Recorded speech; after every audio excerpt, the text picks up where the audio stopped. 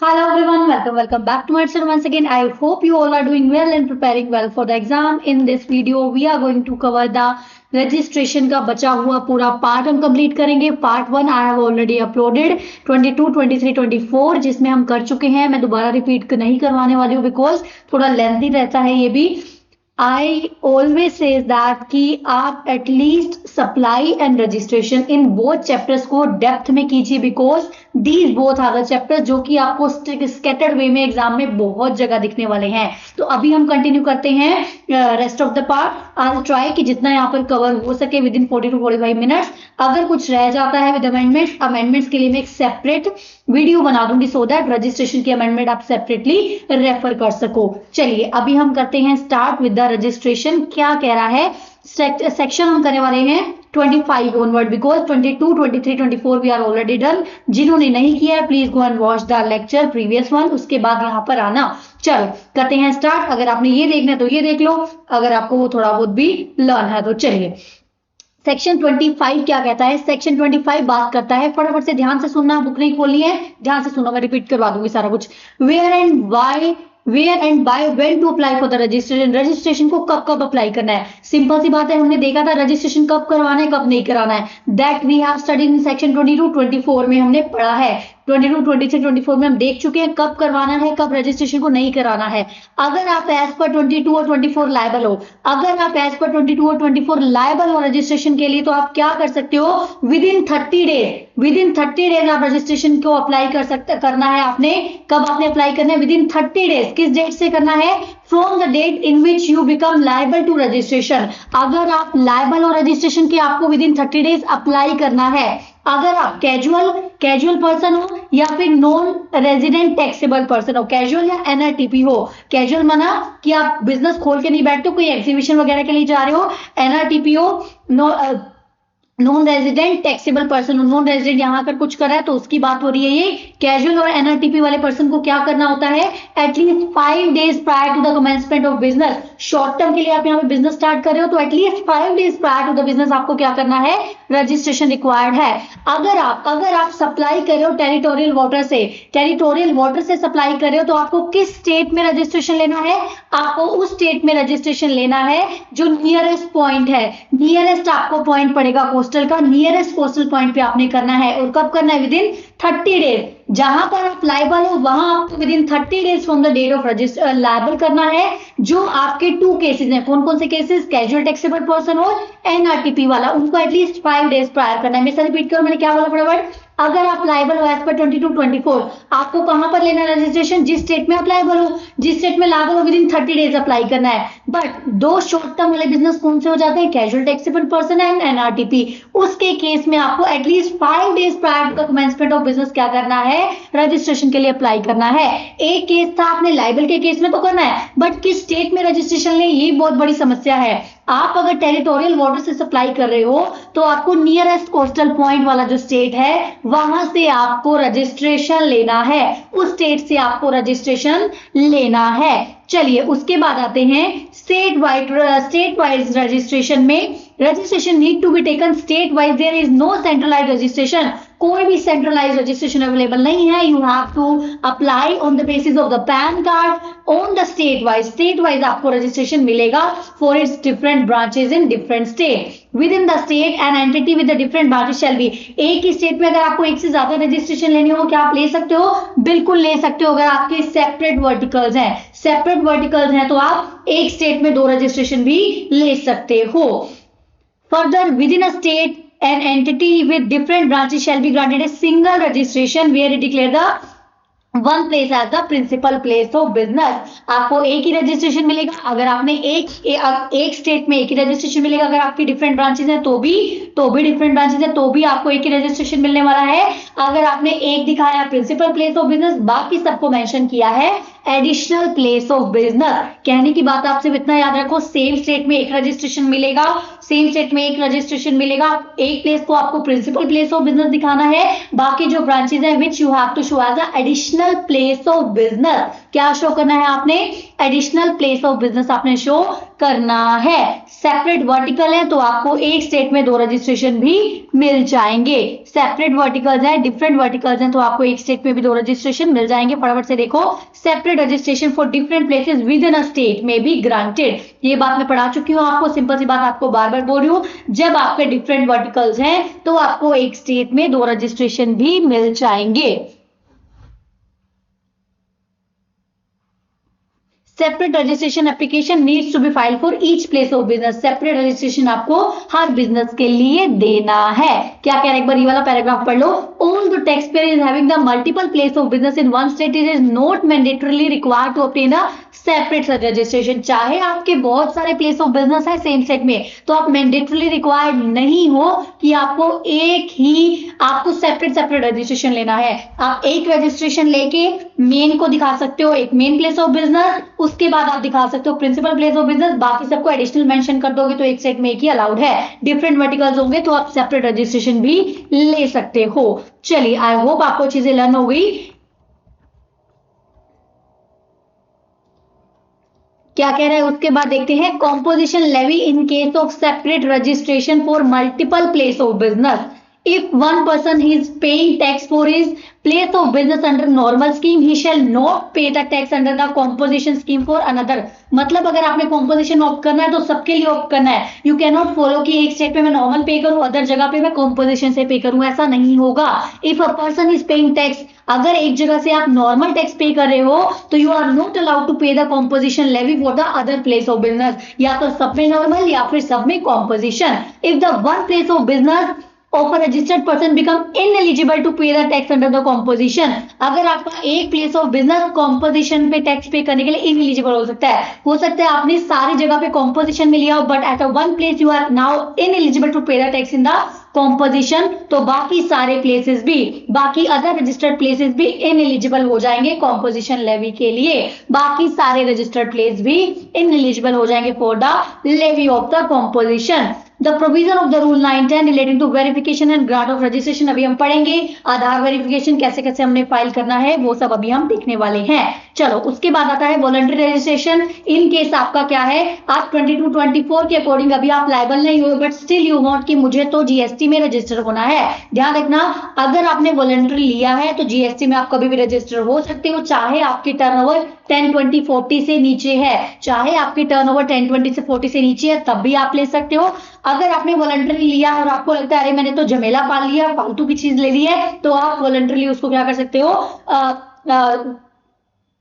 Registration को cancel भी करवा सकते हो। चलिए, उसके बाद आता है distinct person, establishment of distinct person. Distinct person क्या है, एस्टेब्लिशमेंट ऑफ डिस्टिंक्ट पर्सन क्या है, मैं ज्यादा डिटेल में इसमें मैं आपको समझाना चाह रही हूँ बिकॉज क्वेश्चंस करते करते जो चीज आपको लर्न होंगी आपने वही लर्न करनी है। यहाँ पे वर्डिंग्स का कोई खेल नहीं है। वर्डिंग्स आपको ध्यान देनी होती है in the theoretical chapters, but in the given case of the practical portion like registration जिसपे आप क्वेश्चंस की अल्टीमेटली प्रैक्टिस करने वाले हो, आपके माइंड में कंसेप्चुअल क्लैरिटी होनी चाहिए। You are not bound to study 1 by 1, 1.1 आपको लर्न करना, रट्टा नहीं लगाना है। पूरी बुक हम वैसे भी रट्टा नहीं लगा सकते हैं।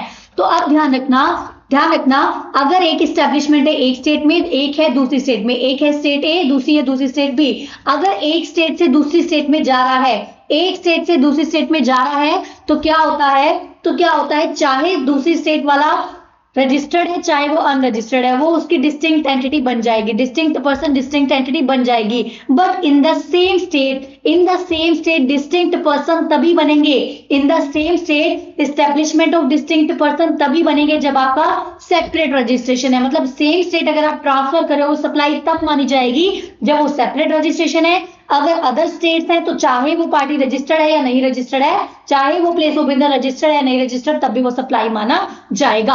अ person who has obtained is required to obtain more than one registration whether in one state और more than one state. In respect of such it will be treated as distinct person. एक से ज्यादा state में हो तो आपका distinct person माना जाएगा। अगर सेम स्टेट में भी आपने सेपरेट रजिस्ट्रेशन लिए हुए हैं तो क्या बन जाएगी, वो एस्टेब्लिशमेंट ऑफ डिस्टिंक्ट पर्सन बन जाएगा। सिंपल सी बात है, पैन होना जरूरी है जीएसटी रजिस्ट्रेशन के लिए, लेकिन क्या कह रहा है, आपको पता है जो NRTP non resident taxable person है उनके पास क्या पैन कार्ड होगा, बिकॉज वो इंडिया के तो रहने वाले हैं नहीं, तो वो उनके जो उसमें प्रेस्क्राइब डॉक्यूमेंट है वो अदर प्रेस्क्राइब डॉक्यूमेंट्स के हिसाब से भी रजिस्ट्रेशन ले सकता है, अदर प्रेस्क्राइब डॉक्यूमेंट्स के हिसाब से भी रजिस्ट्रेशन वो ले सकता है। आई होप आपको समझ में आ रहा है, आई वॉन्ट कि इसमें फिनिश हो जाए, एटलीस्ट हम वो टाइम सेव करके एक चैप्टर और अच्छे से कवर कर लें। सो कंसंट्रेशन के साथ सुनना, अभी कुछ मैं एक सेक्शन कंप्लीट करा के एक बार कंप्लीट रिवाइज आपको करवाने वाली हूँ। देखो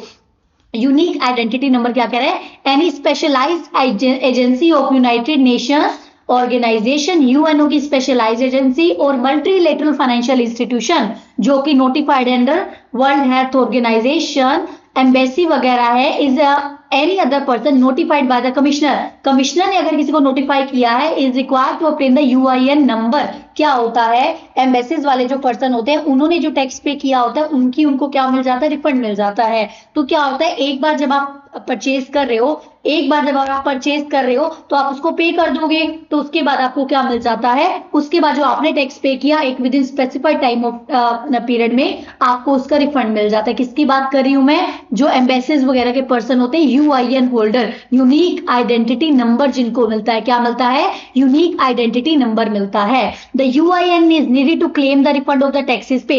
ऑब्वियस सी बात है, वो जगह जगह अपना यूआईएन नंबर दिखा के ये नहीं कहेंगे कि नहीं नहीं मेरा टैक्स नहीं, मुझसे टैक्स नहीं लो। एक बार आप टैक्स पे कर दो ऑन द नोटिफाइड सप्लाई, एक बार आप टैक्स पे कर दो, उसके बाद आप रिफंड क्लेम कर सकते हो, उसके बाद आप क्या कर सकते हो, रिफंड क्लेम कर सकते हो। किसकी बात मैं कर रही हूँ, यूआईएन नंबर वालों की बात कर रही हूँ। द प्रॉपर ऑफिसर में on the submission of the application in the prescribed form after filing of the said form receiving a recommendation from the Ministry of External Affair, तो क्या बोल रहा है, assign a UIN to the said person and issue a certificate within the 3 working days, within 3 working days जब वो application submit करता है उसको विद इन 3 वर्किंग डेज क्या हो जाएगा, जीएसटी 06 में एक सर्टिफिकेट इशू किया जाएगा। किसमें इशू किया जाएगा, जीएसटीआर 06 में, जीएसटीआर आरईजी 06 में उसको एक क्या, कितने दिन में, विद इन 3 डेज में। ध्यान रखना विद इन 3 वर्किंग डेज की बात हो रही है। यूआईएन शॉर्ट टर्म के लिए बाहर से आ रहे हैं उनको भी कम दिन दिए जाएंगे, मतलब विद इन 3 डेज उनको इशू कर दिया जाएगा। उसके बाद आता है suo motu registration by the proper officer. ऐसे ही सुन लो इस बात को, अगर आपको मान लो अगर डिपार्टमेंट को पता चलता है कि आप लाइबल थे बट स्टिल आपने रजिस्ट्रेशन नहीं लिया है, तो वो आपका स्यू मोटो भी रजिस्ट्रेशन कर सकता है, आपका स्यू मोटो रजिस्ट्रेशन कर सकता है। वो अगर उनको लगता है कि you are fail to apply for the registration, तो वो टेम्परेरी आपको बेसिस पे रजिस्ट्रेशन इशू कर देगा in order to in the prescribed form. Such person shall क्या करेगा, या तो वो सबमिट कर देगा documents within the 90 days from the date of temporary registration. ध्यान रखना, आपने नहीं लिया था, आपको टेम्परेरीली रजिस्ट्रेशन नंबर इशू कर दिया, तो आपने क्या करना है, विद इन 90 डेज या तो आप कर दोगे अप्लाई, अगर आप कह दो नहीं मेरा बनता ही नहीं था, मुझे लेना ही नहीं है, तो आप अपील वगैरह में भी जा सकते हो। तो आप अपील वगैरह में भी जा सकते हो। अपील वगैरह में कब जा सकते हो, अपील में आप विद इन 30 डेज जा सकते हो। लेकिन अगर आप मानते हो कि यस मेरा रजिस्ट्रेशन लेना बनता था बट स्टिल मैंने रजिस्ट्रेशन नहीं लिया, तो आप 90 डेज के अंदर अंदर क्या कर सकते हो, डॉक्यूमेंट्स को सबमिट कर सकते हो, डॉक्यूमेंट्स को सबमिट कर सकते हो। उसके बाद आता है procedure for the registration. Registration का प्रोसीजर क्या रहने वाला है,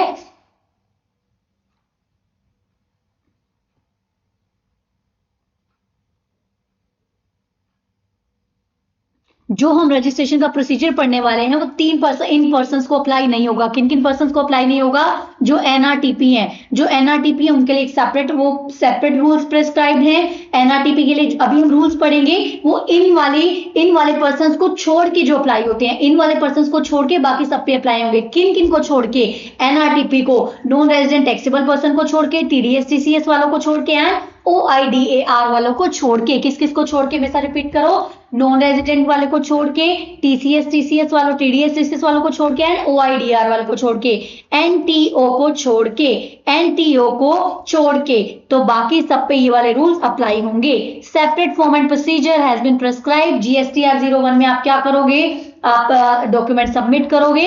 जीएसटीआर 01 में पार्ट ए में क्या आप देते हो, पैन हो गया, आपका फोन नंबर हो गया, मेल वगैरह देते हो। उसके बाद एक ओटीपी आता है ना, जिन्होंने प्रैक्टिकल किया होगा वो समझ पा रहे होंगे। उसके बाद एक ओटीपी आता है, फिर टेम्परेरी वो जनरेट होता है। उसके बाद आप पार्ट बी फॉर्म फिलअप करते हो। उसके बाद आप क्या करते हो, टेम्परेरी नंबर से टीआरएन से लॉगिन करके आप क्या कर सकते हो, पार्ट बी फॉर्म को फिल कर सकते हो। उसके बाद आता है application for the registration by special economic zone. अगर आप स्पेशल इकोनॉमिक जोन में हो तो आपको सेपरेट रजिस्ट्रेशन लेना पड़ेगा। अगर आप सेपरेट इकोनॉमिक जोन में हो, एसईजेड में हो, स्पेशल इकोनॉमिक जोन में, तो आपको एक सेपरेट रजिस्ट्रेशन लेना पड़ेगा, चाहे उस स्टेट में आपका ऑलरेडी रजिस्ट्रेशन है। SEZ is geographical bound zone. क्या है एसईजेड? ज्योग्राफिकल बाउंड जोन है where economic law relating to export and import are more liberal as compared to the country. SEZ are considered to be placed outside India. Tax purpose के लिए, चाहे वो geographical India का part है but for the tax purpose उसको outside India का part माना जाता है, तो वहां पर आपको क्या करना पड़ेगा? सेपरेट रजिस्ट्रेशन आपको वहां पर लेना पड़ेगा। एसईजेड ज्योग्राफिकली तो आपका किसी ना किसी स्टेट का पार्ट बनेगा, but these are treated as out of India part from the tax purpose. इसके लिए आपको एक सेपरेट रजिस्ट्रेशन रिक्वायर्ड है। इसके लिए आपको क्या है? सेपरेट रजिस्ट्रेशन रिक्वायर्ड है। नेक्स्ट देखते हैं क्या कह रहा है। Every person being an input service distributor shall make a separate application for the registration. Input service distributor क्या करता है? कब आता है? IISD का काम कब आता है? जब आप एक हेड ऑफिस हो, आपके नाम पे बिल कट रहे हैं, but the services which are using by the departments, various departments are using the services, various branches are using the services, but the input is in the name of the head office. Now head office will distribute this input to the other branches on the basis of the ISD. Input service distributor का registration लेके वो क्या करेगा? Distribution करेगा। किसका? ITC का। ध्यान रखना, इनपुट सर्विस डिस्ट्रीब्यूशन की बात हो रही है, गुड्स का कोई भी डिस्ट्रीब्यूशन आईटीसी नहीं होता है आईएसडी के अंदर। आईएसडी के अंदर आप सर्विस के आईटीसी को डिस्ट्रीब्यूट करते हो, note the distribution of ITC on the goods. चलो उसके बाद देखते हैं पार्ट 1 क्या क्या कहता है, फटाफट से देखते हैं। प्रोसीजर फॉर रजिस्ट्रेशन क्या है? Every person liable to get the registered person making, या तो आप लायबल हो या वॉलंटरली कर रहे हो, तो आप क्या करोगे? अपना पैन डिक्लेयर करोगे, मोबाइल नंबर, ईमेल एड्रेस, वो 3 चीजें मांगेगा पार्ट ए में। पार्ट ए में जब आप वो डालोगे पैन को, तो वो वैलिडेट करेगा सीबीडीटी के डाटाबेस से, मोबाइल एंड ईमेल को वैलिडेट करेगा पासवर्ड सेंड करके, फिर आपका एक टीआरएन नंबर जनरेट होगा। टीआरएन नंबर जनरेट होने के बाद आपको पार्ट बी फिल करना है। पार्ट बी में क्या क्या होता है? पार्ट बी में आपका होता है, आपको बताना है whether you are opting for composition और not, principal place of business, additional place of business, bank account के डिटेल्स, ऑथोराइज सिग्नेटरी हो गया, constitution of the business, Aadhaar authentication, ये सब चीजों की टैब ऊपर बनी होती है पार्ट बी में। जब आपने on the receipt of the, ध्यान रखना इसके रिगार्डिंग एक सेपरेट रूल्स है कि आधार ऑथेंटिफिकेशन होगा तो कैसे कैसे आगे प्रोसीजर आएगा। आधार ऑथेंटिफिकेशन का एक सेपरेट प्रोसीजर है। अभी हाल फिलहाल आप ये समझो, पार्ट ए के बाद हमें टीआरएन मिलता है, टीआरएन के बाद हम पार्ट बी फिल करते हैं। On the receipt of the application and acknowledgement issue की जाएगी इलेक्ट्रॉनिकली। सीटीपी कौन है? कैजुअल टैक्सेबल पर्सन, जिनको कब अप्लाई करना था? Within at least 5 days prior to the commencement of business. CTP NRTP को कब अप्लाई करना है रजिस्ट्रेशन के लिए? At least 5 days prior to the commencement of the business. उनको ध्यान रखना, एडवांस टैक्स भी डिपॉजिट करवाना है, नेट टैक्स डिपॉजिट कराना है। एडवांस में उनको एस्टिमेटेड नेट टैक्स डिपॉजिट कराना है। ध्यान रखना, ग्रोस डिपॉजिट नहीं करवाना है, नेट डिपॉजिट कराना है। मतलब मुझे लगता है 1000 की लायबिलिटी आएगी, 800 का आईटीसी आएगा, नेट आपको ऑलरेडी डिपॉजिट करवा देना है। एप्लीकेशन फिर किसको दी जाएगी? प्रॉपर ऑफिसर को दी जाएगी। The procedure after the receipt of application by the proper officer is depicted in part 2। Simple सी बात है, आपने क्या करा? पैन डाला, ईमेल डाला, फोन नंबर डाला, आपका वेरिफिकेशन होगा, पैन हो जाएगा सीबीटी के डेटाबेस से, ईमेल और फोन का वेरीफाई होगा ओटीपी के थ्रू, उसके बाद टीआरएन जनरेट होगा, टीआरएन के बाद आप पार्ट बी फिल करेंगे, पार्ट बी फिल करेंगे तो प्रॉपर ऑफिसर के पास चला जाएगा। उसके बाद आपको एक ये बात बताई गई है, जब सीटीपी अप्लाई करा एटलीस्ट 5 डेज प्रायर वाले केस में, तो वो क्या करेगा? उसको नेट टैक्स डिपॉजिट करवाना होगा, एस्टिमेटेड नेट टैक्स बोल रही हूं मैं, ग्रोथ टैक्स नहीं बोल रही हूँ, क्वेश्चन में मिस्टेक होती है यहाँ पर, नेट टैक्स डिपॉजिट कराना है। उसके बाद जब एप्लीकेशन प्रॉपर ऑफिसर के बाद जाएगी, उसके बाद क्या क्या होगा वो पार्ट 2 में हमें दिया गया है। We will study it now, let me have some water. आप भी पानी पी लीजिए। चलिए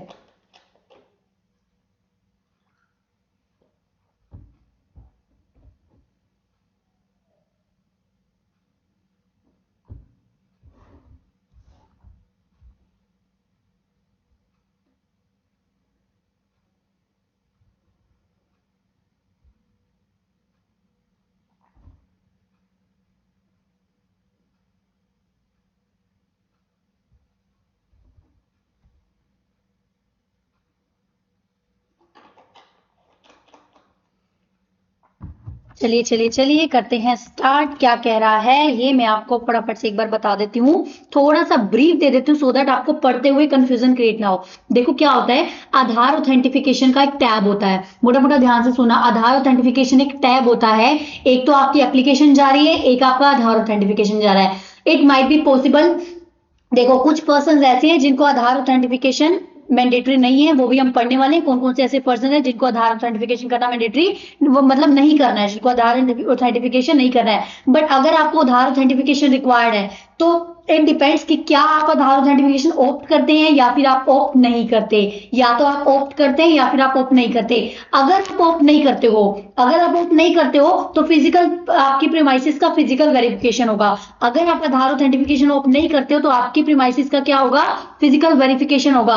अगर आप ऑप्ट करते हो और सक्सेसफुली कर देते हो, अगर आप ऑप्ट करते हो और सक्सेसफुली कर देते हो, एक तो ये केस बनेगा। दूसरा ये केस हो सकता है कि आपने ऑप्ट तो किया पर आधार ऑथेंटिफिकेशन आपने सक्सेसफुल नहीं किया, आधार ऑथेंटिफिकेशन आपने सक्सेसफुल नहीं किया तो भी आपके प्रीमाइसिस का फिजिकल वेरिफिकेशन किया जाएगा। कब कब किया जाएगा, पहली बात तो आपने क्या करा है, ऑप्ट ही नहीं करा है। दूसरी बात आपने ऑप्ट तो करा है बट सक्सेसफुली आधार ऑथेंटिफिकेशन हुआ नहीं है, तो भी आपके प्रीमाइसिस का फिजिकल वेरिफिकेशन होगा।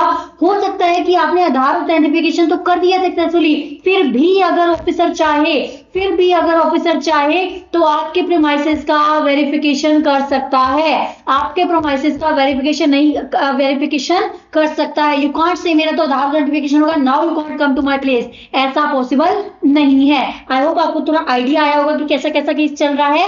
या तो आप ऑप्ट करते हैं, ऑप्ट करने के बाद सक्सेसफुल कर देते हैं, ऑप्ट करने के बाद सक्सेसफुल कर देते हैं। यहां मैं आपको समझाऊंगी, फिर से रिपीट कराती हूँ, ध्यान से चलना, ध्यान से देखना। यहां पर बहुत सारी कंफ्यूजन क्रिएट होती है, हमने कंफ्यूजन क्रिएट नहीं करनी है, हमें अपने क्वेश्चंस को क्लियर करना है। देखते चलो साथ साथ। देखो क्या आ रहा है, अब प्रॉपर ऑफिसर एग्जामिन करेगा एप्लीकेशन एंड डॉक्यूमेंट। एक तो आधार ऑथेंटिफिकेशन की बात है, आपने एप्लीकेशन लगाई है, प्रॉपर ऑफिसर क्या करेगा, एप्लीकेशन के साथ साथ डॉक्यूमेंट्स को भी क्या करेगा, एग्जामिन करेगा। अगर वो क्या है, इन ऑर्डर है, अगर इन ऑर्डर है, मान लो आपकी एप्लीकेशन भी करेक्ट है, आपकी एप्लीकेशन भी करेक्ट है एंड साथ साथ आपका आधार ऑथेंटिफिकेशन भी करेक्ट है, दोनों चीजें डन है, तो बहुत जल्दी वो एक्शन लेगा। मतलब with in 7 days from the submission of the application, within 7 days from the submission of the application। अब बात आती है सबमिशन ऑफ द एप्लीकेशन कब मानी जाएगी, अब बात आती है सबमिशन ऑफ द एप्लीकेशन कब मानी जाएगी। इस केस का मैं आपको बताती हूँ, अगर आपने आधार ऑथेंटिफिकेशन ऑप्ट किया है, आधार ऑथेंटिफिकेशन आपने ऑप्ट किया है, तो डेट ऑफ आधार ऑथेंटिफिकेशन और 15 days from the submit of application, और 15 days within the submit of application which ever is earlier, वो डेट मानी जाएगी सबमिशन ऑफ एप्लीकेशन की। आधार ऑथेंटिफिकेशन जिस दिन हो गया और 15 डेज आपने ऑप्ट करा है, हो गया और विद इन 15 डेज वो मानी जाएगी, और विद इन 50 डेज मान जाएगी। आपने ऑप्ट तो करा है बट आपने किया नहीं है, तो ऑब्वियसली बात है 15 डेज जब एंड होंगे तब वो माना जाएगा कि आपका date of submission of application है। अब मैंने आपको क्या बताया, ध्यान से सुनना, मैंने आपको ये बात बताई, अगर आधार ऑथेंटिफिकेशन उन्होंने ऑप्ट करा था, सब कुछ इन ऑर्डर है, आधार ऑथेंटिफिकेशन भी हो गया आपका, एप्लीकेशन भी परफेक्टली फाइन है, तो क्या होगा with in 7 days, with in 7 days कब से, from the date of submission of application से, without the site verification if successfully validate आपने करा है, तो क्या हो जाएगा, विद इन 7 डेज आपको इश्यू कर दिया जाएगा। इन केस नेक्स्ट देखो, in case where the applicant fails to undergo the Aadhaar authentication, आपने ऑप्ट तो करा था पर आपने आधार ऑथेंटिफिकेशन फेल हो गया। जब आप आधार ऑथेंटिफिकेशन में फेल हो जाओगे तो विद इन 30 डेज आपकी साइट का वेरिफिकेशन होगा, विद इन 30 डेज आपकी साइट का वेरिफिकेशन होगा। अगर सब कुछ इन ऑर्डर है तो 7 डेज में, अगर फेल हो जाते हो तो विद इन 30 डेज, मैंने क्या क्या बोला है, अगर आपने आधार ऑथेंटिफिकेशन नहीं करा, आपने ऑप्ट करा पर नहीं करा, तो फिजिकल प्रीमाइसिस का वेरिफिकेशन होगा, तो कब होगा, within 30 days.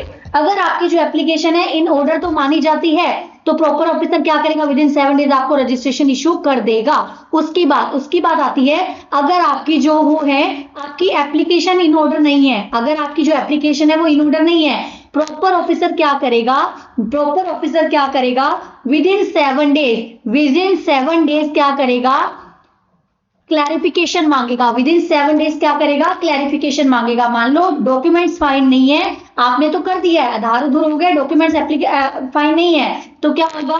With in 7 days वो आपसे डॉक्यूमेंट्स मांगेगा, क्लैरिफिकेशन, इंफॉर्मेशन, डॉक्यूमेंट, सीआईडी मांगेगा। क्या मांगेगा आपसे? सीआईडी वाला काम करेगा वो, क्लैरिफिकेशन मांगेगा, इंफॉर्मेशन मांगेगा, डॉक्यूमेंट मांगेगा। Notice may be issued not later than 30 days from the submission of application where fails to undergo the Aadhaar authentication. Notice में भी इशूड, नोटिस आपको इशू किया जा सकता है अगर आप आधार ऑथेंटिफिकेशन को फेल हो गए हो, नॉट लेटर देन 30 डेज। ध्यान रखो सिर्फ इतनी बात, जब भी आधार ऑथेंटिफिकेशन का फेलियर है तो 30 दिन का टाइम है उसके पास। जब भी आधार ऑथेंटिफिकेशन का फेलियर है तब उसके पास 30 दिन का टाइम है। If the applicant has furnished the clarification information with in 7 working days, आपके पास 7 डेज में डॉक्यूमेंट्स आए। क्या क्या डॉक्यूमेंट्स आए?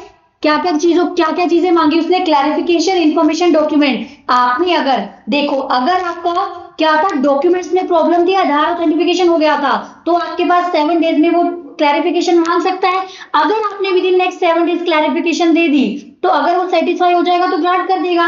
अगर आपने क्लैरिफिकेशन नहीं दी है तो प्रॉपर ऑफिसर क्या कर सकता है? रिजेक्ट कर सकता है। सिंपल सी बात ये याद रखनी है आपने, अगर अगर अगर आधार ऑथेंटिफिकेशन में प्रॉब्लम है तो 30 दिन तक वो वेरीफाई कर सकता है। इन केस डॉक्यूमेंट्स में प्रॉब्लम है, इन केस डॉक्यूमेंट्स में प्रॉब्लम है, डॉक्यूमेंट्स करेक्ट है तो 7 दिन के अंदर अंदर इशू कर देगा आपको वो। अगर डॉक्यूमेंट्स में प्रॉब्लम है बट आधार ऑथेंटिफिकेशन क्लियर है तो 7 दिन का टाइम है उसके पास।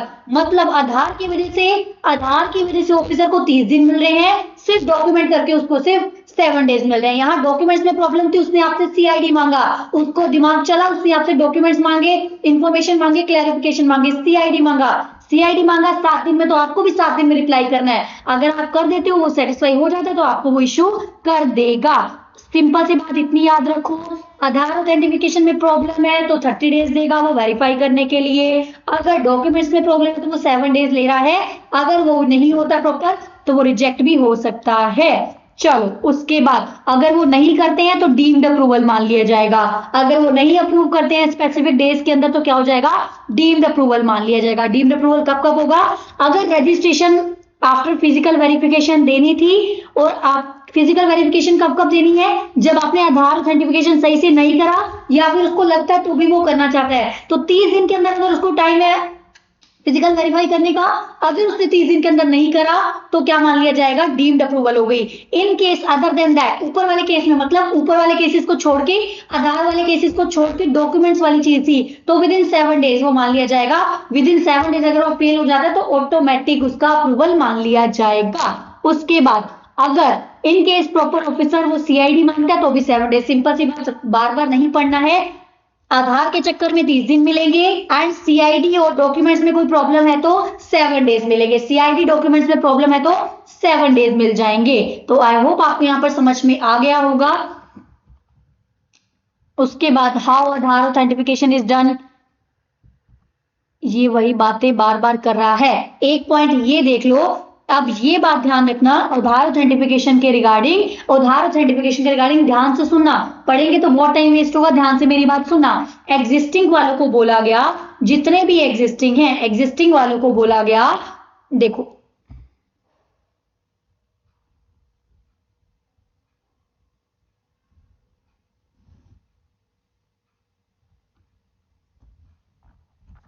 एग्जिस्टिंग वालों को बोला गया all the regular tax payer and the composition tax payer are required to get their Aadhaar authentication for the existing registration.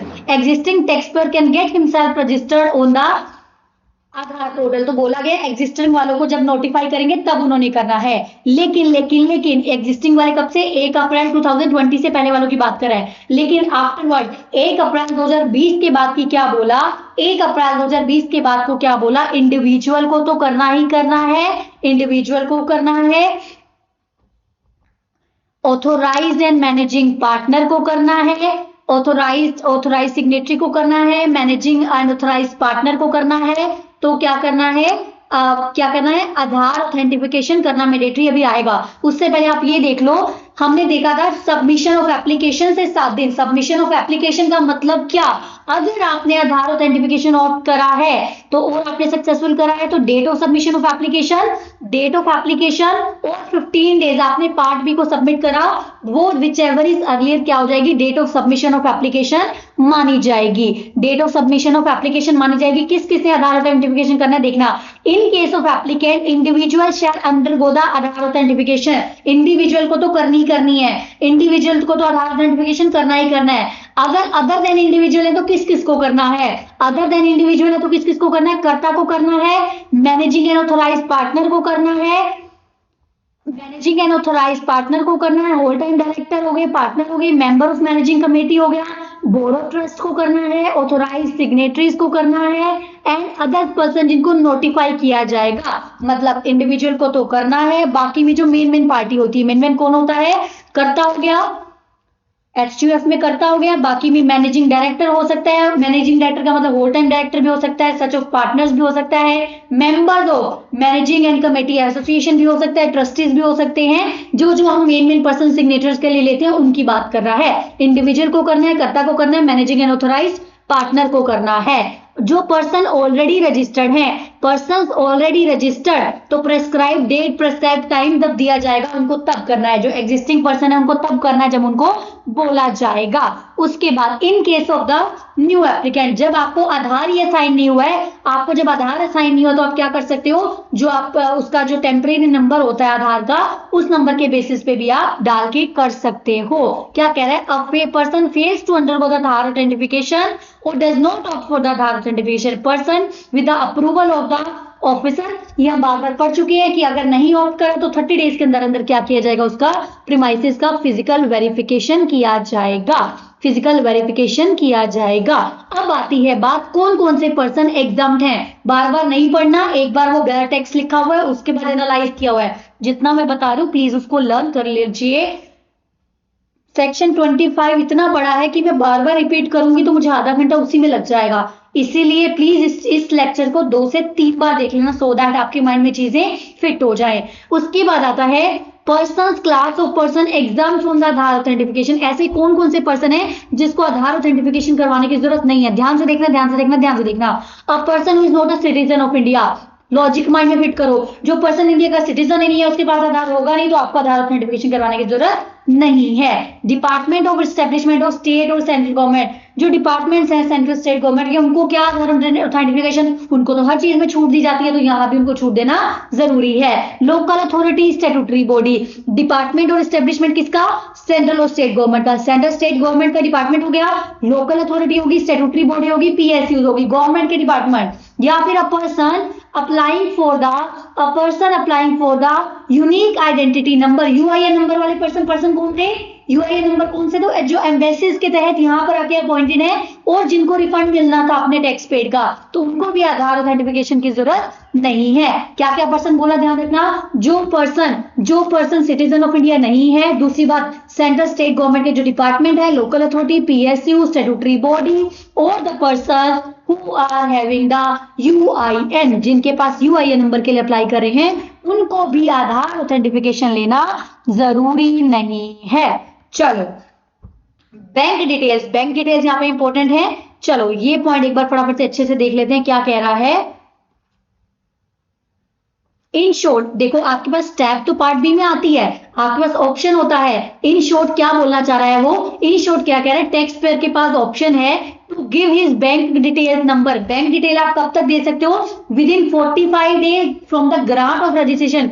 जिस दिन आपको रजिस्ट्रेशन मिला उसके विद इन 45 डेज, और जो आपकी पहली रिटर्न आएगी, पहली रिटर्न की ड्यू डेट आएगी whichever is earlier, bank account आपको सबमिट करना होता है। पहले तो क्या होता था, साथ साथ ही लेते थे, अभी क्या ऑप्शन, एक ऑप्शन दिया गया है कि बैंक अकाउंट आप कब तक सबमिट कर सकते हो, विद इन 45 डेज। कब से, from the date of grant of registration or the date of furnishing of return whichever is earlier, or the date of furnishing of return whichever is earlier. However, this relaxation is not available for those who have granted the registration as TDS, TCS, director, collector. उनको कोई भी, ध्यान रखना, उनको कोई भी relaxation नहीं है। ये छोटे छोटे पॉइंट्स हम पढ़ते ही नहीं है, एंड एमसीक्यू में जाके हम खाते हैं वहां पर मार। तो क्या कह रहा है ये, अब आपने क्या करा होगा, आधा अधूरा सुना होगा, बैंक डिटेल बाद में भी हम कर सकते हैं, तो आप अननेसेसरी टिक कराओगे, फिर कॉन्फिडेंट हो जाओगे मेरे तो मार्क्स आने चाहिए फुल, नहीं। क्या बोला गया है, आपको ऑप्शन है विद इन 45 डेज देने का, but this exemption is not available to the TDS TCS वाले पर्सन को। उनको तो एप्लीकेशन ऑफ रजिस्ट्रेशन के टाइम पे ही बैंक अकाउंट की डिटेल्स को फिल करना है, एप्लीकेशन रजिस्ट्रेशन के टाइमिंग पे ही बैंक अकाउंट डिटेल को फिल करना है। चलो उसके बाद क्या कह रहा है, फिजिकल प्रीमाइस का वेरिफिकेशन हो जाता है तो क्या करना पड़ेगा, वेरिफिकेशन रिपोर्ट डालनी पड़ेगी विद इन 15 वर्किंग डेज। जिस दिन उन्होंने वेरीफाई करा, फिजिकल प्रीमाइसिस का वेरिफिकेशन हमने देखा कि वो करेंगे, जिस दिन उन्होंने वेरीफाई करा उसके विद इन 15 वर्किंग डेज उन्होंने क्या करना है, अदर वेरिफिकेशन अपलोड करा, वेरिफिकेशन रिपोर्ट अपलोड करनी है, वेरिफिकेशन रिपोर्ट अपलोड करनी है, प्रॉपर ऑफिसर को क्या करना है, वेरिफिकेशन रिपोर्ट अपलोड करनी है। उसके बाद आता है issuance of the registration certificate, अगर सब कुछ सही रहा तो आपको रजिस्ट्रेशन सर्टिफिकेट मिल जाएगा।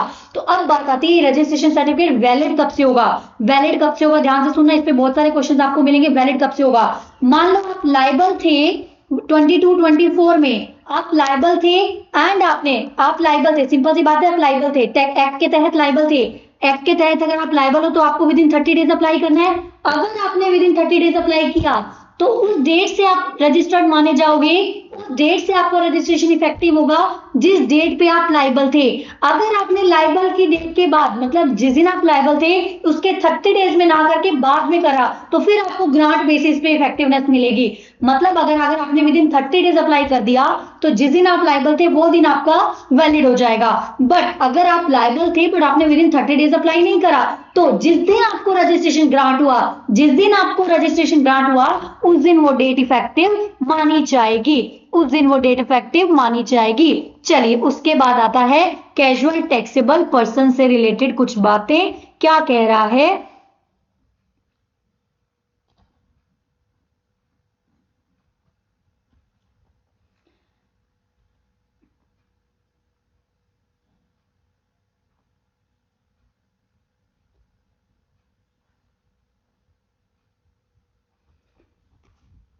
there may be the cases where a person has registered in some state, आप किसी स्टेट में तो रजिस्टर्ड हो बट अदर स्टेट में आप शॉर्ट टर्म के लिए जा रहे हो, शॉर्ट टर्म के लिए जा रहे हो आप अदर स्टेट में, तो क्या है, अदर स्टेट में शॉर्ट टर्म के लिए जा रहे हो, अदर स्टेट में शॉर्ट टर्म के लिए जा रहे हो, आपका जहां पर फिक्स प्लेस ऑफ बिजनेस नहीं है तो क्या किया जाएगा, तो आप वहां पे कैजुअल टैक्सेबल पर्सन का आप रजिस्ट्रेशन लोगे, है ना।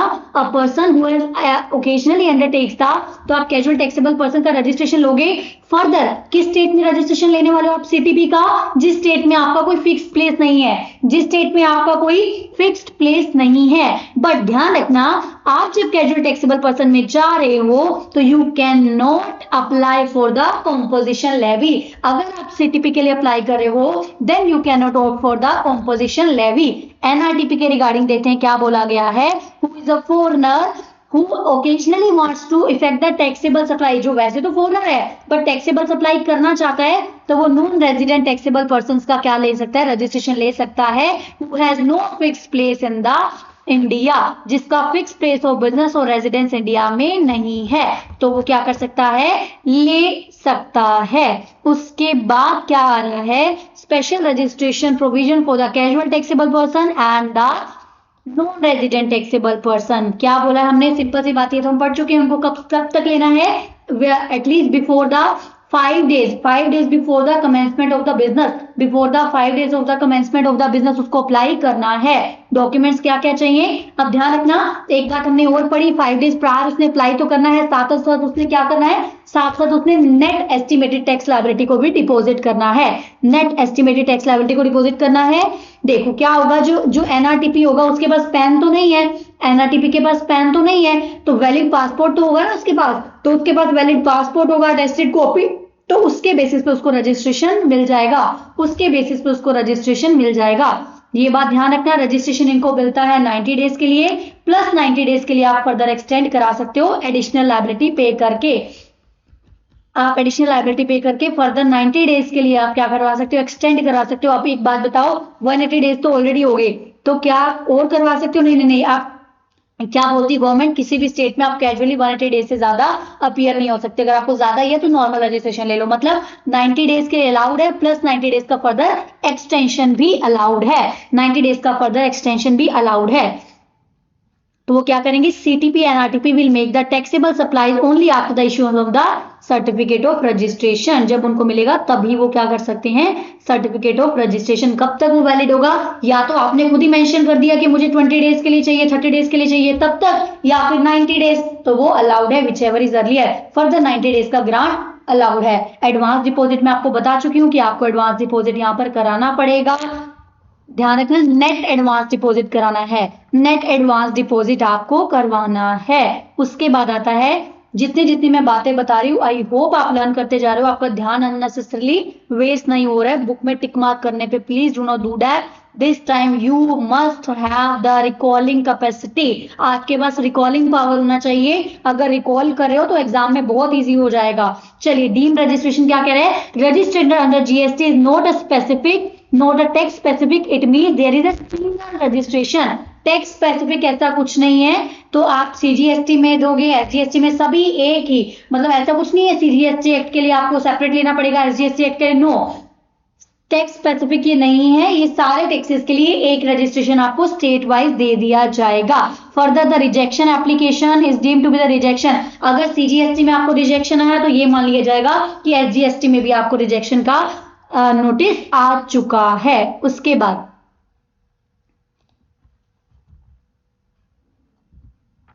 बाद है special provision for the grant in case of the required to deduct the tax. क्या बोला है, स्पेशल प्रोविजन क्या है, स्पेशल प्रोविजन क्या है, स्पेशल प्रोविजन क्या बोल रहा है, application for the registration has to be submitted by the person in different on the common portal, there would be generated registration, they would grant the registration within 3 working days. कब की बात कर रहे हैं, 3 working days after the due verification.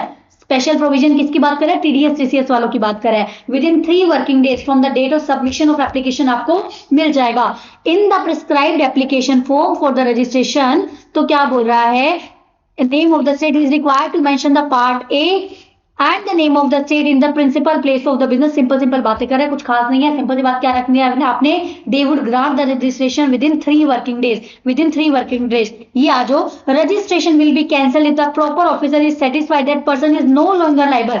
अगर उनको लगता है कि now you are no longer liable to deduct the TDS TCS, तो कैंसलेशन की आपकी कैंसलेशन की जा सकती है, तो कैंसलेशन आपकी की जा सकती है, तो कैंसलेशन की कम्युनिकेशन आपको डाल दी जाएगी। ये हम क्यों पढ़ रहे हैं, क्योंकि हमने 3 पर्सन की पढ़ा था, सेपरेट एप्लीकेशन लगने वाली है। टीडीएस टीसीएस वालों की कॉमन रूल बाकी सबके लिए थे, 3 चीजों के लिए अलग रूल थे, एनआरटीपी के लिए, टीडीएस टीसीएस वालों के लिए एंड ओआईडीआर वालों के लिए। तो टीडीएस टीसीएस वालों के लिए विद इन कितने वर्किंग डेज बोला है, विद इन 3 वर्किंग डेज बोला है, विद इन 3 वर्किंग डेज बोला है। उसके बाद चलिए क्या कह रहा है, उसके बाद आ जाता है ओआईडीआर का केस। ओआईडीआर के केस में क्या कह रहा है, ओआईडीआर के केस में कह रहा है, application for the registration submitted by person in different prescribed form, they would be grant the subject to such condition. जो कंडीशंस जो भी डिपार्टमेंट के डिसाइड होंगे उनके बेसिस पे मिलेगा। आई होप आपको जिन जिन चीजों पे मैं एम्फेसाइज करा रही हूँ वो चीजें आपको लर्न हो रही हैं। यहाँ पर फिनिश होता है हमारा सेक्शन नंबर 25। अगर आप कहते हो तो एक बार मैं आपको 25 रिकॉल करा देती हूँ बाय द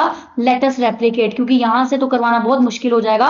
लेटेस्ट रेप्लिकेट वाले पार्ट से मैं आपको करवा देती हूँ एक बार। चलो एक बार मैं आपको यहां से रिवाइज करवा देती हूँ। क्या कह रहा है यहाँ पे, फटाफट से देखना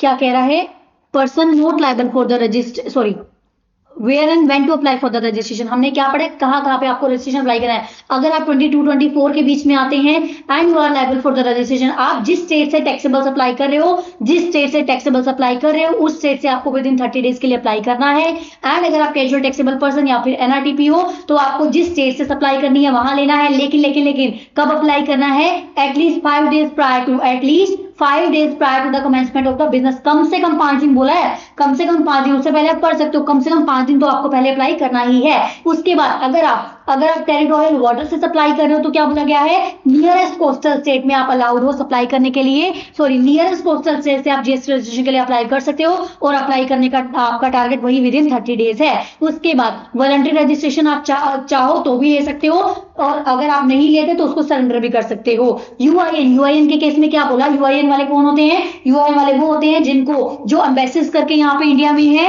एंड टैक्स पे कर रहे हैं, बट क्या यूआईएन नंबर अप्लाई करके जो उन्होंने टैक्स पे किया है उसका वो रिफंड ले सकते हैं, उसका वो रिफंड ले सकते हैं। आधार ऑथेंटिफिकेशन की एक चीज मैं आपको याद कराना चाहूंगी, मैंने आपको आधार ऑथेंटिफिकेशन को बताया, क्या बताया, अगर आधार ऑथेंटिफिकेशन नहीं होता है या फिर आपने ओपन नहीं करा तो 30 डेज अलाउड है उनको प्रीमाइस का वेरिफिकेशन के लिए, बट अगर एप्लीकेशन में कुछ इश्यू है तो 7 डेज। मान लो बाकी सब क्लियर था, एप्लीकेशन पे कुछ उनको क्या चाहिए, सीआईडी चाहिए, क्लैरिफिकेशन इंफॉर्मेशन डॉक्यूमेंट चाहिए, तो 7 दिन में वो मांगेंगे, नेक्स्ट 7 डेज में आपको उनको डिपॉजिट कराना है ना। इफेक्टिव डेट ऑफ रजिस्ट्रेशन कब से थी, इफेक्टिव डेट थी 30 डेज। अगर आपने विद इन 30 डेज अप्लाई करा है तो जिस दिन आप लायबल थे वो इफेक्टिव डेट हो जाएगी। अगर आपने 30 डेज में अप्लाई नहीं करा है तो जिस दिन आपको दिया गया वो दिन आपका मान लिया जाएगा ग्रांट ऑफ रजिस्ट्रेशन वाला इफेक्टिव डेट ऑफ रजिस्ट्रेशन। फिर आता है डीम्ड रजिस्ट्रेशन। डीम्ड का मतलब अगर उनको लगता है कि आपको रजिस्ट्रेशन लेना चाहिए था बट आपने नहीं लिया तो क्या होगा, वो आपको टेम्परेरी रजिस्ट्रेशन नंबर इशू कर देंगे। उसके बाद आपकी कॉल है, अगर आप मानते हो यस दे आर राइट मुझे रजिस्ट्रेशन लेना चाहिए था, तो आप क्या करोगे, डॉक्यूमेंट्स वगैरह 90 डेज में उनको सबमिट कर दोगे। इन केस ऐसा नहीं होता है तो क्या होगा, इन केस ऐसा नहीं होता तो आप क्या कर सकते हो, आप वहां पर क्या कर सकते हो, आप अपील के लिए भी आप अप्लाई कर सकते हो, अपील के लिए भी आप अप्लाई कर सकते हो। अपील में आप जा सकते हो अगर आपको लगता है कि नहीं मेरा रजिस्ट्रेशन लेना बनता नहीं है। ये चार्ट मैं आपको बहुत अच्छे से करवा चुकी हूँ, सो दोबारा मैं अभी आपको नहीं करवाने वाली हूँ। अब एक बात बताओ, अगर आपने आधार ऑथेंटिफिकेशन सक्सेसफुल कर लिया, क्या उसके बावजूद भी आपका वेरिफिकेशन हो सकता है? बिल्कुल, अगर ऑफिसर को लगता है then also he can verify your the principal place of business आपका वेरीफाई कर सकते हैं। अब बताओ date of submission of application कब मानी जाएगी, date of submission of application कब मानी जाएगी, 15 days of the submit of part B और the Aadhaar authentication whichever is earlier. अगर आपने आधार ऑथेंटिफिकेशन नहीं करा तो 15 दिन जब समाप्त होंगे तब। बाकी केसेस में क्या होता है, जिस दिन आप सबमिट करते हो वो आपका मान लिया जाता है।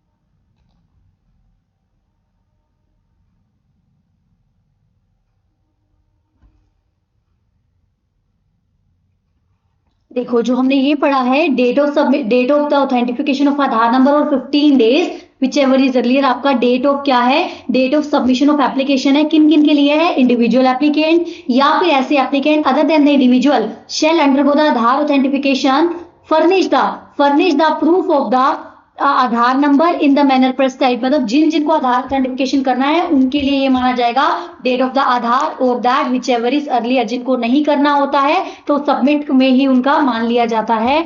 उसके बाद आता है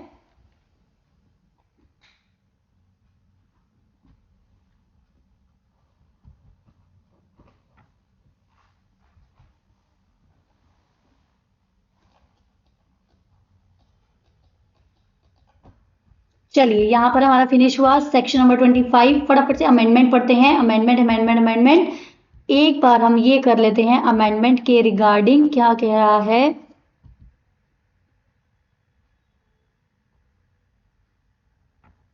देखिए फटाफट से ये सेक्शन यहाँ पर डन करते हैं, बाकी कवर करेंगे नेक्स्ट उसमें, because we are almost about to 1 hour हमें होने वाला है। अमेंडमेंट वाला हम फटाफट से कंप्लीट करते हैं, बाकी मैं नेक्स्ट लेक्चर में एक बार बना दूंगी, उसमें फिनिश कर लेंगे। फटाफट से देखो, एक होता है कोर फील्ड, एक होता है non core field. Core field का मतलब क्या है, कोर फील्ड का भी मतलब ये है, अगर देखो सिंपल सी बात है, एक होता है कोर फील्ड, एक होता है नॉन कोर फील्ड, थर्ड आप लगा लो जिसमें पैन चेंज का रिक्वायरमेंट हो। जब पैन ही चेंज होना है पैन के बेसिस पे तो रजिस्ट्रेशन मिला था, जब पैन ही चेंज होना है तो आपको फ्रेश रजिस्ट्रेशन लेना पड़ेगा, मतलब पैन के रिगार्डिंग कोई भी अमेंडमेंट अलाउड नहीं है। अगर पैन चेंज होना है तो आपको फ्रेश रजिस्ट्रेशन लेना पड़ेगा, पुराने वाले को कैंसिल करके। कोर फील्ड के केस में क्या बोल रहा है, कोर फील्ड का मतलब क्या, नेम ऑफ द बिजनेस हो गया, principal place of the business हो गया, addition deletion of the stake holder हो गया, additional principal place of the business हो गया, ठीक है। नॉन कोर का मतलब क्या होता है, जो डे टू डे फंक्शनैलिटी के लिए ईमेल आईडी वगैरह फोन नंबर होता है। तो कोर इन्फॉर्मेशन का क्या बात कर रहा है, इन the registration application the taxable person apply करेगा विद इन 15 डेज। आपको कब अप्लाई करना है, within 15 days of the change होने के विद इन 15 डेज आपको अप्लाई करना है, और नेक्स्ट 15 डेज में वो क्या कर देंगे, अमेंडमेंट को अप्रूव कर देंगे।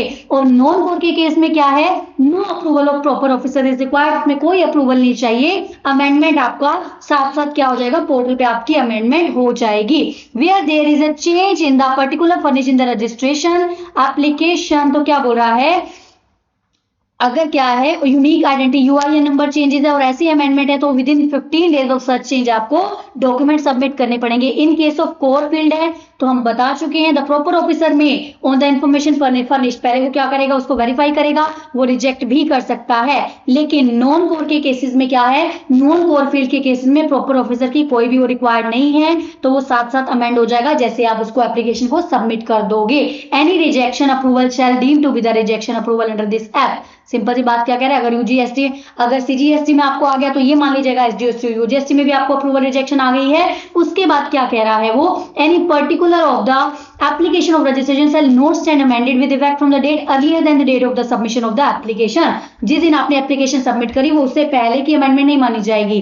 फॉर द अमेंडमेंट एक्सेप्ट अगर आप मतलब अगर आप प्री डेटेड करना चाहते हो तो आपको कमिश्नर को बताना पड़ेगा, उससे परमिशन लेनी पड़ेगी, reasons in the writing record करने पड़ेंगे। और उसके बाद पैन में है तो पैन के लिए तो आपको फ्रेश रजिस्ट्रेशन लेना ही पड़ेगा। उसके बाद क्या कह रहा है,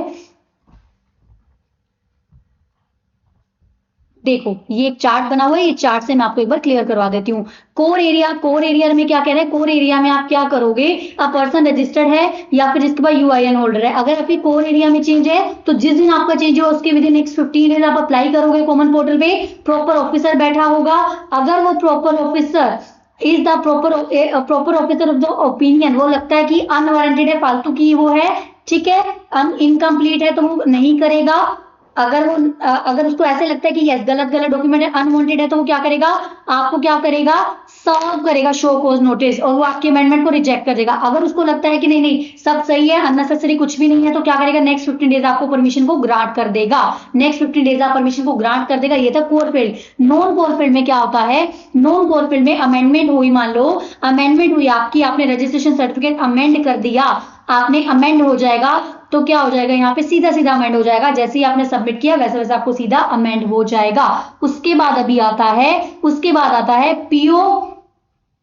यहाँ क्या बोला है, जब आपको रिजेक्शन का, कोर के लिए जब आपको रिजेक्शन का आया, if the registered person reply, मान लो उसको लगा कि आप फालतू की अमेंडमेंट करा रहे हो, तो अगर वो पर्सन रिप्लाई करता है to the notice with in 7 working days, अगर वो रिप्लाई करता है to the notice, yes reply भी करता है और रीजन सेटिस्फैक्टरी भी है, तो आप क्या करोगे आप उसके बाद फिर से उसको अलाउड कर दोगे। लेकिन अगर वो पर्सन या तो रिप्लाई नहीं करता है या फिर वो रिप्लाई तो करता है बट आप सेटिस्फाई नहीं हो, तो विद इन 7 डेज आप क्या कर सकते हो, उसको फिर से रिजेक्ट कर सकते हो। सिंपल सी बात है। कोर के लिए आपको पीओ को सेटिस्फाई करना जरूरी है, नॉन कोर के लिए किसी को सेटिस्फाई नहीं करना। कोर के लिए 15 डेज में आप अप्लाई करोगे, नेक्स्ट 15 डेज में आपको एक्सेप्टेंस या रिजेक्शन वहां से मिल जाएगी। यहाँ पर फिनिश होता है हमारा।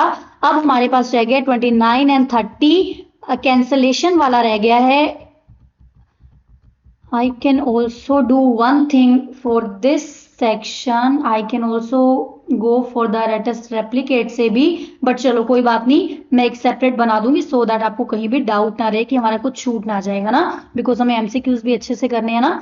तो चलिए मिलते हैं next time, till then bye bye, take care. I hope आपको समझ में आ रही है। रजिस्ट्रेशन पार्ट 1 जिसने नहीं किया, you can go and please watch the lectures from the previous videos, it has already been uploaded there. मिलते हैं next time, till then bye bye, take care, stay connected, stay motivated. Exemption लेकर आनी है, keep studying, still you have sufficient time in the hand to get the exemption. Bye bye, take care.